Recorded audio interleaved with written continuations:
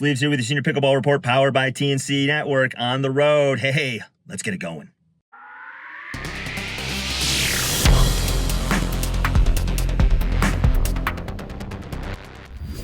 All right, today in our People of Pickleball episode, we are speaking with Kim Kesner. She is a member of the National Pickleball League and the team, the Kansas City Stingers. Heck of a player, quite a background. We talk all things NPL and what's coming up for championship weekend for the Stingers. But before we get to that, if you like this content, consider subscribing to the channel. Check out all the links in the description for discounts. Check out our newsletter as well. Hey, let's get to that conversation with Kim.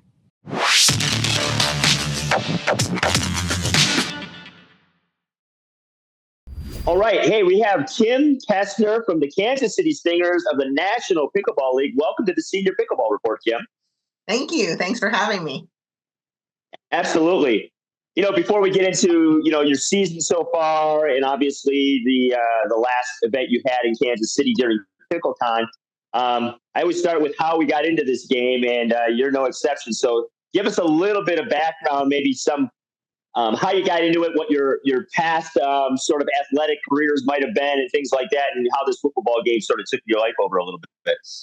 Yeah, absolutely.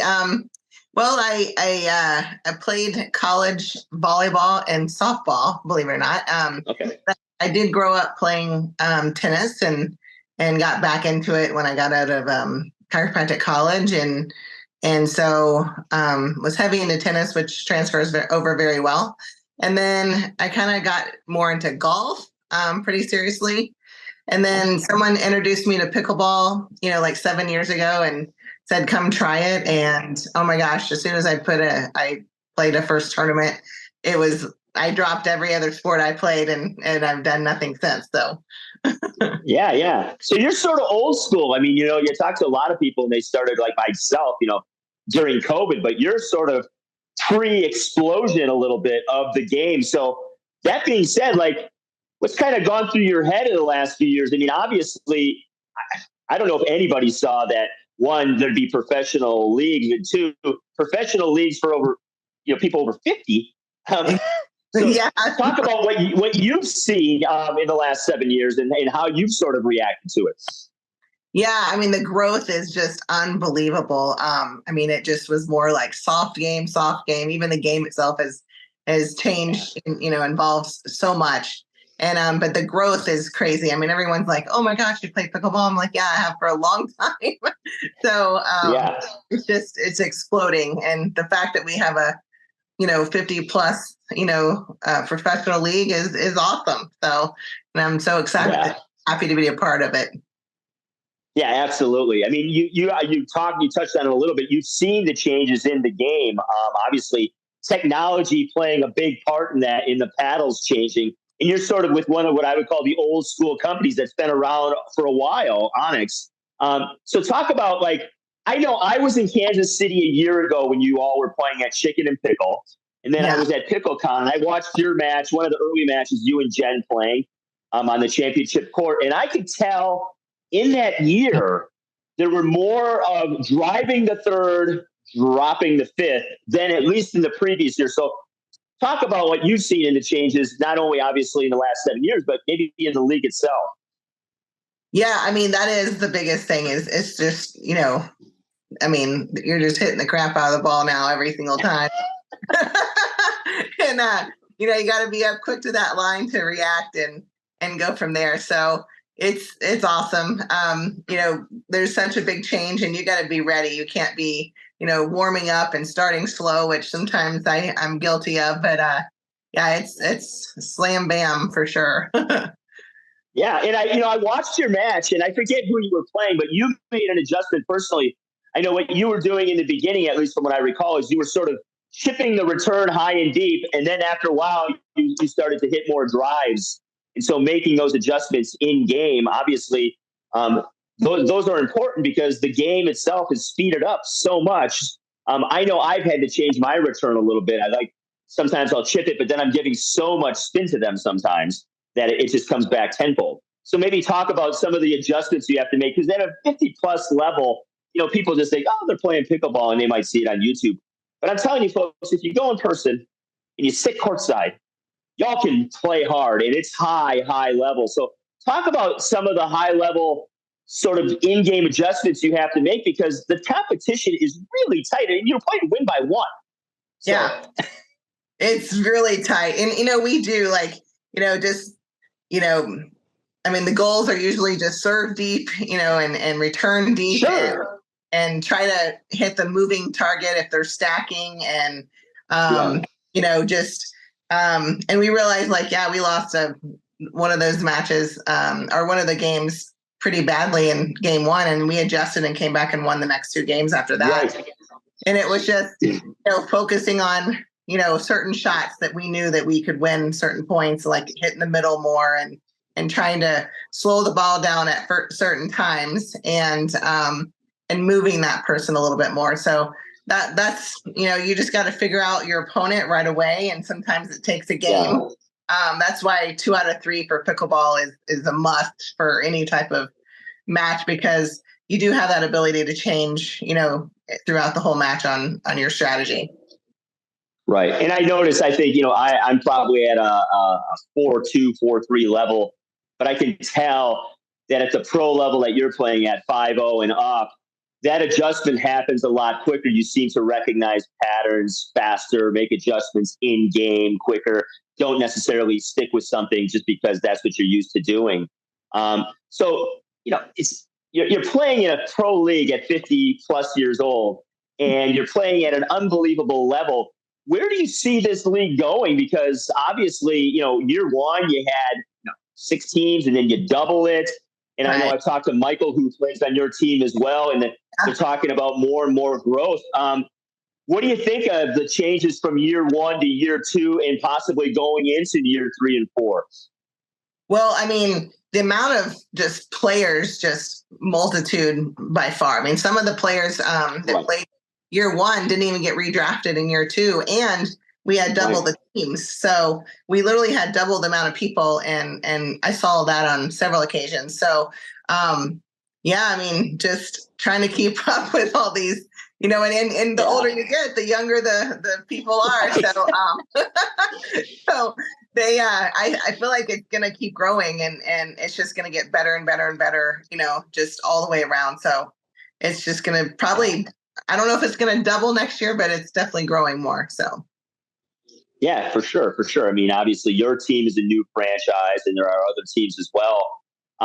Did you get a chance to hang out a little bit at PickleCon? I know you're playing in a league event, but there's a lot of stuff going on around you with vendors and tournaments and people walking around. Did you get a chance to check any of that out? Yeah, I checked out a little bit of it. Sometimes you're busy with, running to your matches and supporting and kind of prepping for the next match. But yeah, it was really cool to have that, huge convention center and, everyone playing in the same place and just, meeting all the vendors. I thought it was amazing. Yeah. Plus you kind of had you were home field advantage that week. So you had some fans there cheering you on and all. And yeah.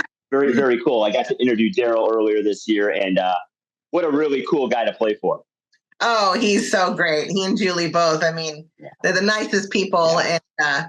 And Daryl's such a great asset to the team. I mean, having a team owner, that's, plays pod 1 or 2 is just amazing. So that's a huge benefit for the team for sure.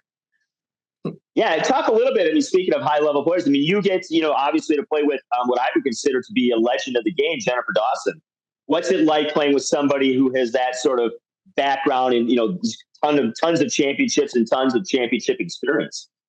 Jennifer and I are good friends, and she's just the most amazing player all around. She not only is, one of the best players by far, she, she's the nicest person and most humble player out there. And that's what makes her just more cherished, by everyone is that right there. But, she's so good. And I just try to be the good support partner for her and try to, set up her ball or try to make her, do her thing and try not to make mistakes. So I have a little more pressure on me. Yeah, I get it. Yeah. They're obviously going to target me a little bit more, so I have a lot more pressure on me playing with the legend. Yeah, for sure. But you get to glean off of her and see what she does in situations too. It's got to be nice. I'm sure you've learned a lot playing next to her as well. Oh, definitely, definitely. I mean, she does. Yeah. You know, I'll even offer to carry her bag if she needs me to.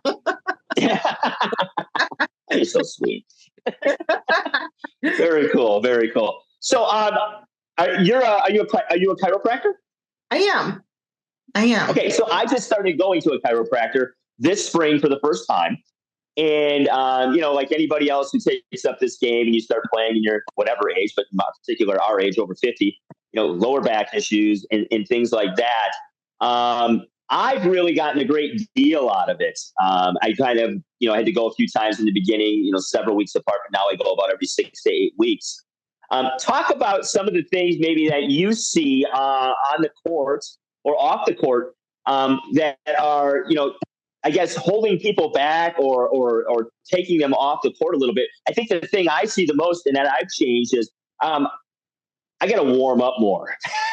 I mean, like a lot more. So talk about some of the things you see in your work and some of these things you see on and off the court that, may help somebody who's listening to this interview. Yeah, I mean, all of us at that same age, we're all starting with the same level of stiffness or soreness. And it is true. You really have to warm up. And I've changed even what I do because, you can go and play a match, but then you just go and sit and cheer for your teammates. But if you're not moving around and stretching and kind of preparing yourself mentally and physically for that next game, it's really tough. So a lot of people are stretching, doing movements. Actually, I mean, I've done acupuncture on several people at these tournaments. Oh, okay. From like tweaking their back on practice days, and we need them for the next game. So I've done that, almost every single weekend that I've been there, and and happy to do it. But it helps them get looser for the next match. So just tons of prep time and footwork, and I think the most detrimental thing is footwork and movement and. Where you're not preparing for the next shot. So. Yeah, absolutely. Talk to me a little bit about acupuncture. I've never had it done. What's kind of the background or the idea behind it? Well, I mean, it's the oldest practice medicine in the world, and I've been doing acupuncture for 25 years. And oh wow, a lot of patients that I see, are really stiff. So you're not going to get a lot of movement on them with that much muscle soreness or tightness. So I do acupuncture in conjunction with chiropractic, and it works amazing. But acupuncture really loosens muscles and helps inflammation, probably more than anything we offer in our office. And we do also massage therapy as well. But during that acute phase, it really helps the pain and inflammation a lot. So it's effective. Oh, inflammation. Yeah. Yeah, that seems to be the key in my life is keeping down the inflammation in my joints and obviously everything else that I try and move in this game. So do you think it helps? Obviously, so then the next day if you have something done, is there less stiffness maybe or anything like that? Definitely less stiffness. You have more range of motion, and then you increase your movement because your inflammation is lowered as well. So, and usually people find the result either immediately or within 1 or 2 appointments, and they can see the difference. Okay, I have to check it out. I have somebody in the area that does it. So, on. So outside of your practice and outside of NPL, obviously you do some coaching. You live in Colorado, I believe, correct? I do, yes, in Denver.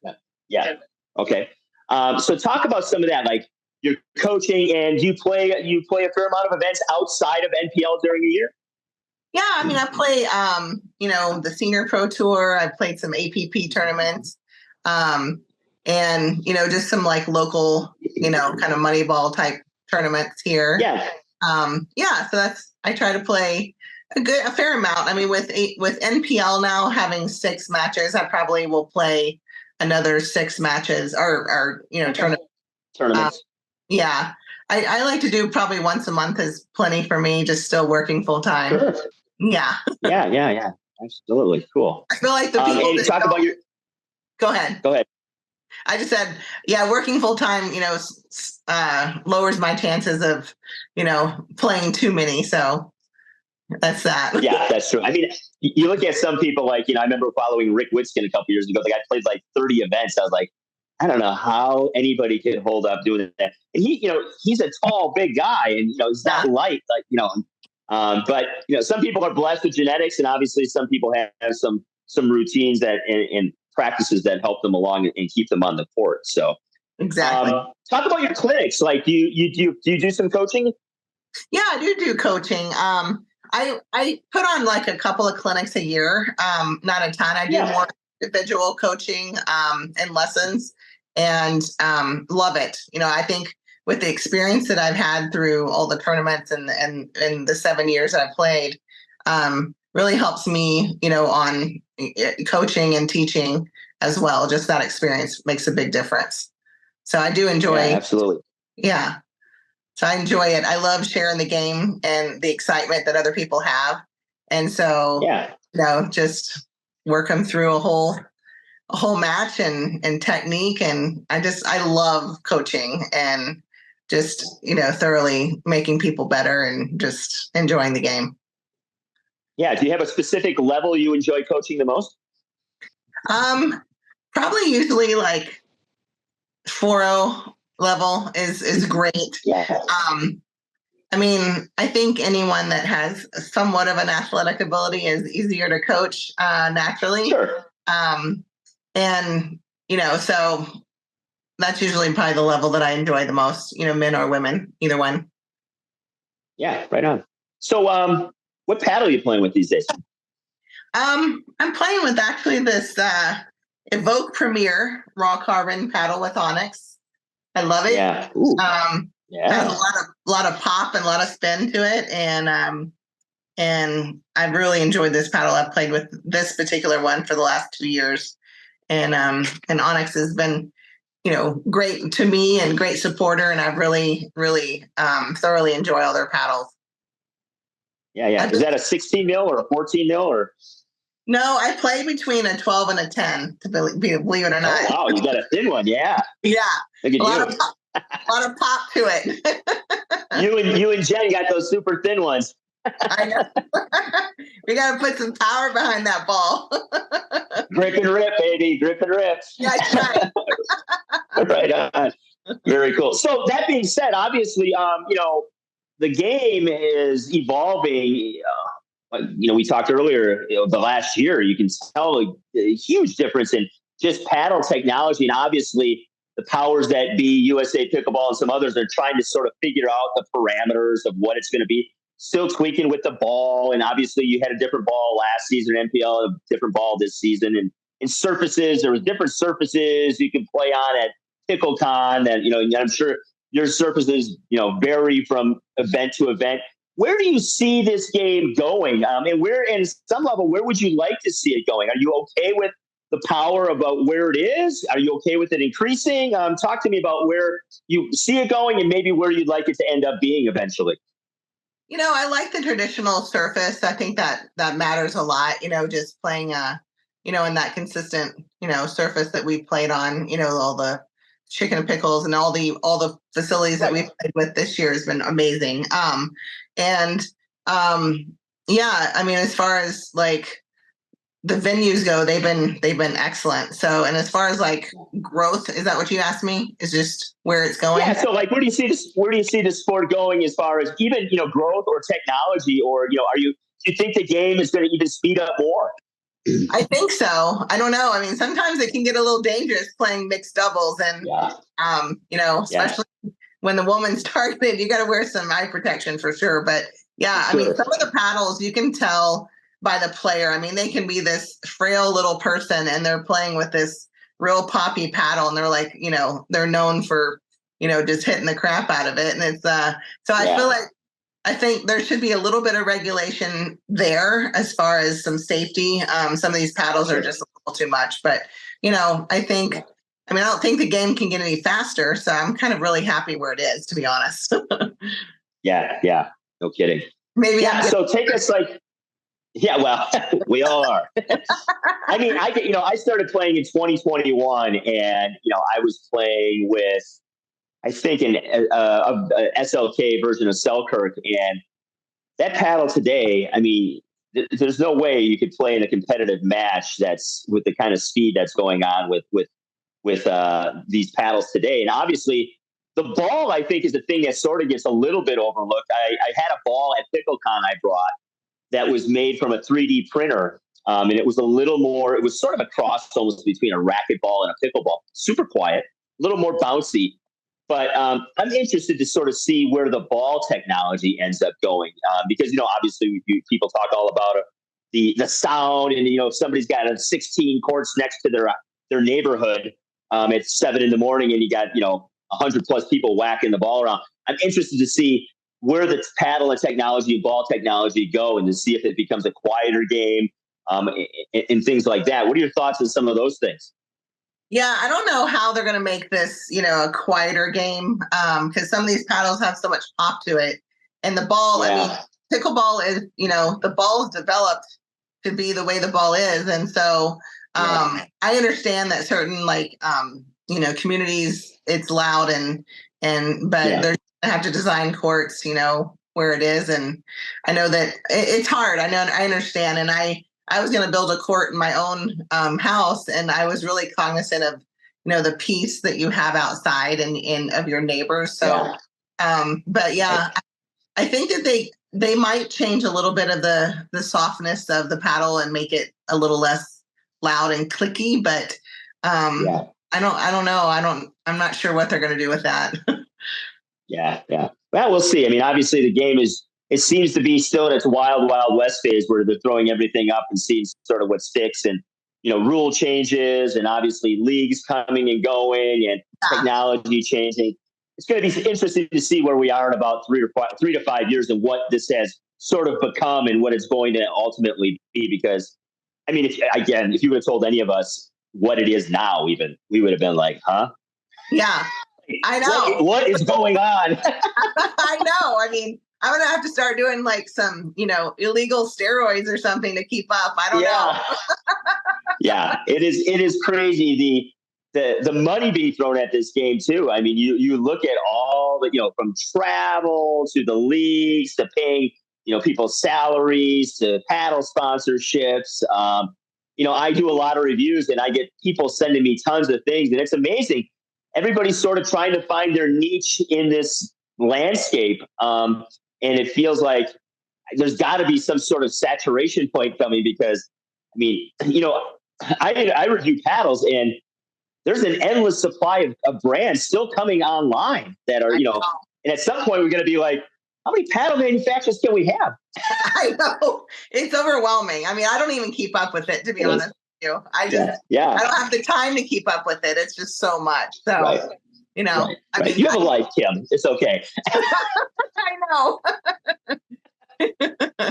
I mean, I appreciate. Go ahead. Yeah, I appreciate your time. Any shout outs you want to get to anybody or anybody, your sponsors and stuff, before we get you out of here? Yeah, I mean, definitely Onyx. Thank you for my sponsorship. You guys have been awesome and supportive. Thank you for these amazing paddles that I play with. And and thank you to NPL. It has been an amazing experience, and they are always just trying to make it better and better and better every single weekend. And I just thoroughly enjoy it. The level of play is incredible, and the amount of fun. And then just being with your friends and all in the same location is just priceless to me. It really means a lot. So yeah. Absolutely. Well, and it's a pretty cool thing to see from the outside, that you see that community that you all have, and the fun that you have in between the matches and the days you don't have the matches. It's a big celebration of pickleball and life. And I think it's, if you want to see how a tour or a league is run and people being treated like professionals, I always say, hey, check out NPL. So. Absolutely. I agree 100%. It just makes me smile. Yeah, absolutely. Right. Thanks again, Kim. And hopefully next time I'm at an event, we can get a little face to face and talk in person. Okay. Thanks so much for having me. I appreciate it. Hope you enjoyed our conversation with Kim. Check out National Pickleball League action, Cincinnati, end of the month. And hey, at the end of the day, folks, let's pickle.